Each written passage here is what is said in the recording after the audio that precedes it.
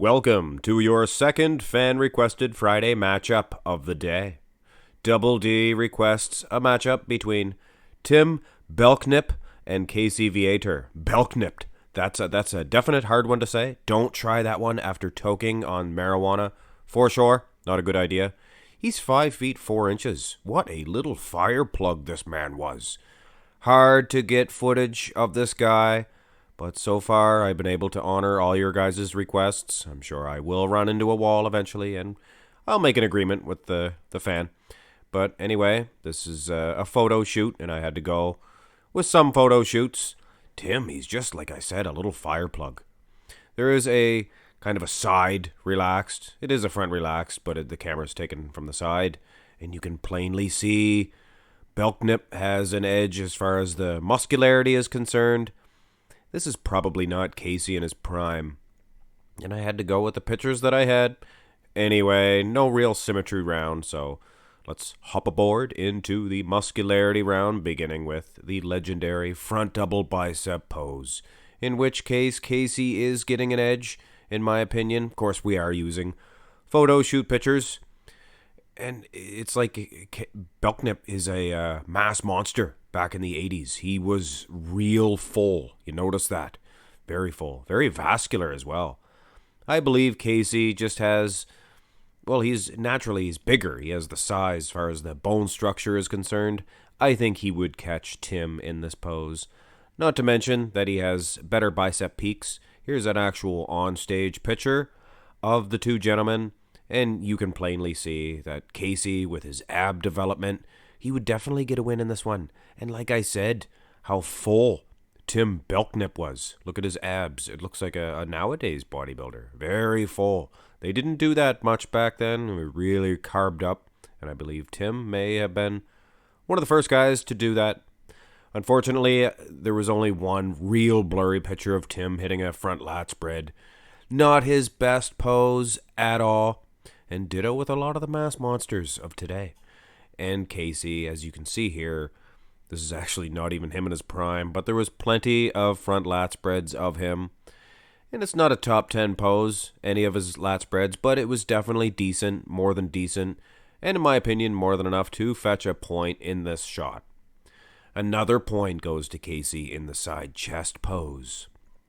A little flat in the chest is Tim Belknap, and I'm sure there's somebody at home sitting watching thinking, who is he to say that his chest is flat? I would like to see his chest.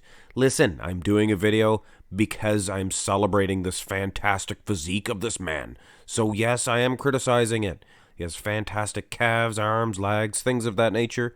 But if we are placing them here, and I mean, look at the size of the pec of Casey Viator. I mean, in comparison, yes, it is flat. I mean, stick me up there and no, it wouldn't be flat. Mine would be the one that would be flat. But anyway, I am an objective observer. Sometimes it can sound cruel, but like I said, I'm doing these videos celebrating how good these dudes look. So anyway, side tricep. I think this would be a Tim pose. It's just a fantastic tricep development. This is Casey way earlier on in his career, and he was definitely a little bit softer, and he did get the conditioning that he did obtain. Then bring one up here, and this is the version that I'm talking about. You can plainly see that Tim definitely has the edge in the tricep development alone, so the physiques are similar. You got to go with the man with the bigger tricep, and that is Tim. So he is on the board. It's not a total blowout. And speaking of that, this is going to be hard to judge just based on these pictures, but ladies and gentlemen, I looked at the video footage of Tim Belknap hitting his back shots, and this man's back was world class, I'm here to tell you. There was Christmas trees, well, just one, but there was a Christmas tree and thick lower lat insertions, just a rear lat spread from hell. And as good as Casey Viator was and decent as he was in the back development, he just could not handle Tim in any of the back shots, I don't think. And in the rear double bi, it would be the same story. This was really hard to get a good shot of Tim snapping the shot. The camera kept going to the side, a little bit blurry, but look at that Christmas tree. What a fantastic display. I was pleasantly surprised, so thank you, Double D, for introducing me to Tim Belknap. I've seen him before, but I never really get a good shot. I mean, the guy had glutes, and talk about calves. Not a weak part on him as far as any of the back shots are concerned. So Casey, with a decent, more than decent back shot, gets a loss. In the ab and thigh, it's not a very good one of Casey, I'll be honest. He had a much more conditioned versions, but I would have had to take screenshots, things of that nature.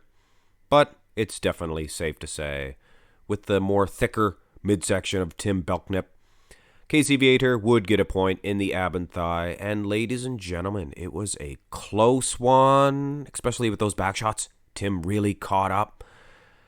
And this is the most muscular, so whether you judge it or whether you do not, I believe Casey Viator was slightly ahead. And in my opinion, if you say they do not judge the most musculars, go watch an old event. They judged the 8 mandatories or the whatever it was. I actually don't even think they had the side tricep if you go back far enough. But they say, pose down. They say, pose down, guys. And what do? They hit the most muscular. It's the first shot that they hit. So of course the judges were judging the most muscular. The pose downs were always judged, as were the posing routines back in the day. And too bad we couldn't go back to that. The most muscular is actually a hard one to judge. I like the chest and the traps of Tim, but the outer arms, the muscle separation of Casey Viator would probably get him a win. But like I said, it was already a win for Casey Viator. He is your man in this competition.